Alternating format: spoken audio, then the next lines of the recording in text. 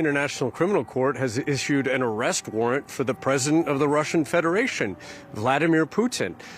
They've also issued an arrest warrant for a second Russian official that I don't think people will recognize her name. Her name is Maria Lvova-Belova, and she is the Commissioner for Children's Rights in the office of the president of the Russian Federation.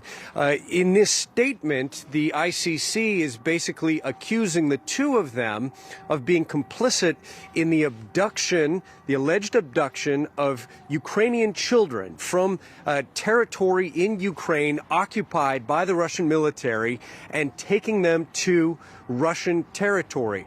Now, Russia has been very public about saying that it has taken Ukrainian children to Russia, has basically played up the adoption of some of these children and basically claiming that they're rescuing these kids. The ICC clearly views this very differently, saying that this is illegal what it's doing, and has taken, I think, a very precedent-breaking step of, again, issuing an arrest warrant against Vladimir Putin himself, against one of his top officials, accusing them of kidnapping Ukrainian.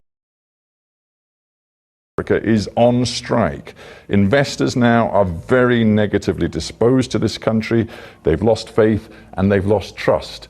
For outside investors, they look at the foreign policy, diplomatic orientation of South Africa. They see that right now you are locked in a tense dispute with the United States because the US sees you as deeply sympathetic to Vladimir Putin's Russia, despite the Russian all-out invasion of Ukraine. We have explained those issues. Our government is dealing with those matters with the United States of America. We are not locked in any dispute of any form.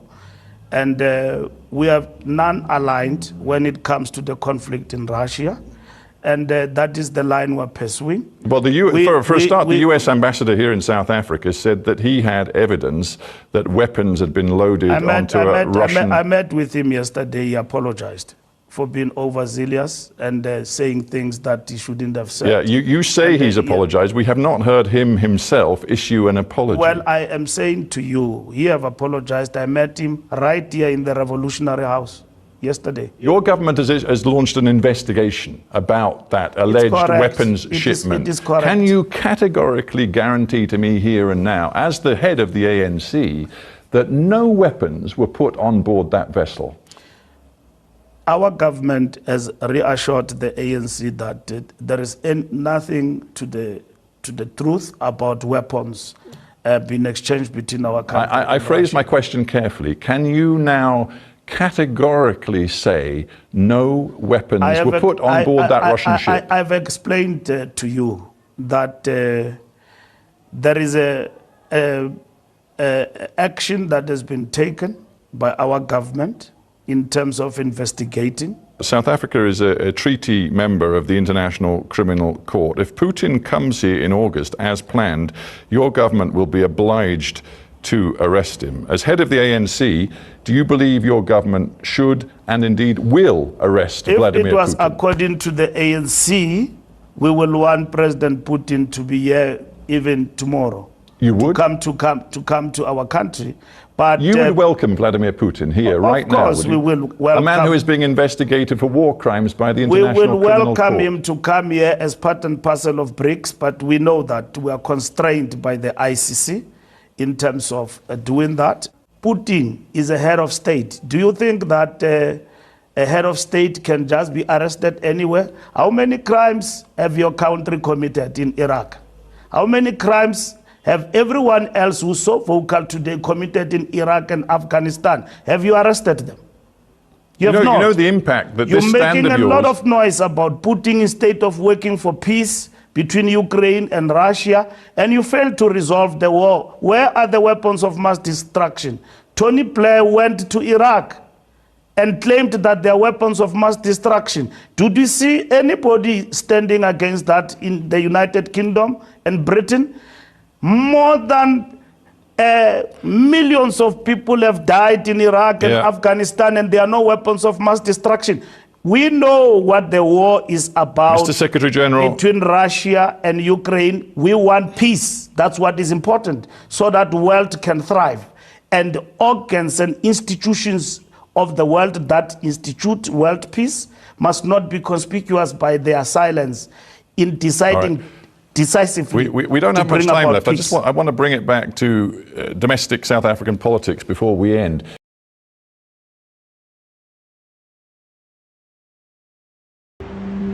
The destruction of the Nova Kakhovka Dam unleashed nearly 4.5 cubic miles of water from its reservoir into the lower Dnipro River. That's roughly the volume of Utah's Great Salt Lake.